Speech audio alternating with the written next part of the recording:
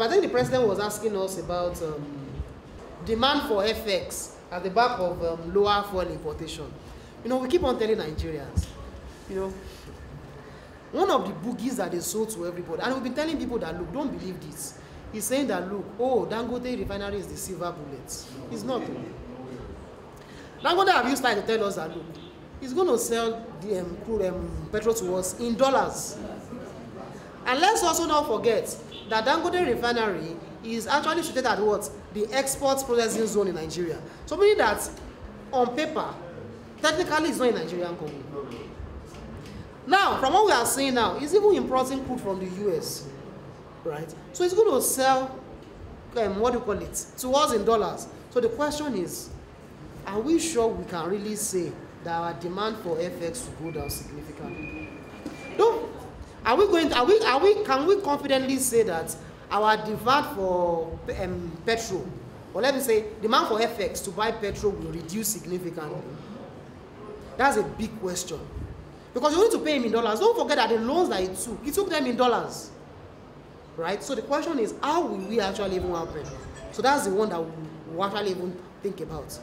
Maybe we will do swap with it, I don't know. But I don't think that we can categorically say that our demand for FX is going to go down because of Dangote refinery. The problem is that there is no money. Don't forget that immediately the subsidy was removed. Sorry, sir. The amount that goes into the FAC account, it was so huge that they have to say that they're going to actually even save a significant proportion of it. Where is that money? The money is there. Right? And at times also, please note something, please note, I'm not saying these things are easy to do. Managing an economy is not easy. It's not going to be easy. Right? But there are a lot of low-hanging fruits that they can actually, there are a lot of things that they can do to be able to moderate the suffering that we actually even have.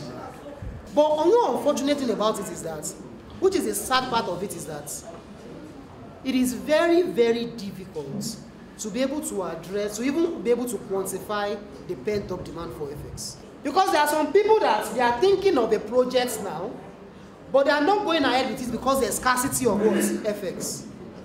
So if they think that FX is available, what will they do? They will come to the what? To the markets. Right? There are a lot of people that they should have paid their shareholders, but they didn't even declare dividend because there's no dollar to actually pay them. That's why it's called pent-up. It's very, very difficult for us to be able to estimate it. There are some foreign investors that are currently in Nigeria. The reason why they've not gone is because there's no dollars. And they've not applied to the CBN. But when they realize that the windows are open, they want to run away, they will now come into the market. So it's very, very difficult to be able to address the pent-up demand. And let's also not forget, even those of us in the individual level, when there is FX, that's then we start going to ASOS, buying all those things from Alibaba. So that one is part of the pent-up demand also.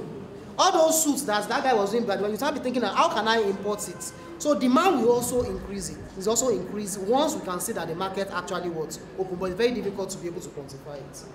And I'm saying that, why haven't we seen the Naira stabilize? Well, let's think about it. There was some level of appreciation in the Naira from about 4 something, although you might think it's small.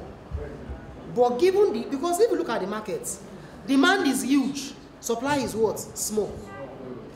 For us to even have that small level of appreciation is because the banks were actually offloading. I think it was yesterday or day before yesterday that said that they have the highest amount of supply in the markets. Just because the banks were actually offloading it. Now, tonight, you said I should explain what is net open position. Now, let's think about it. As a bank, you have a balance sheet. I'm sure we all know what balance sheet is, right? You have assets and you have liabilities.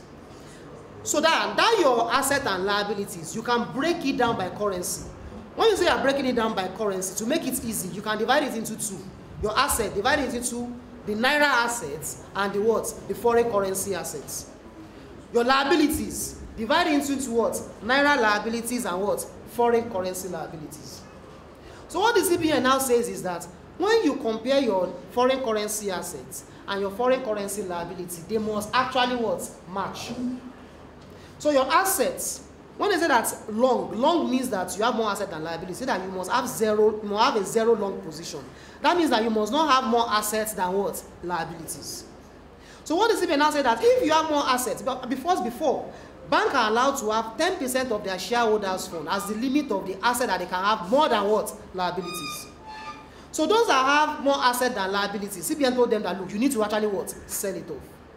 So those assets in foreign currency that they were selling, that is what we mean by what? They are offloading what? Dollars into the market. Do you understand? So now, all of them are trying to be square in terms of long. When we talk about short, short is talking about the extent to which your liability exceed your what? Your assets. So CBN is now saying that you can do up to, I think it's 20% that you can do long short. So then short is now saying that you can have more liabilities than what? Than assets.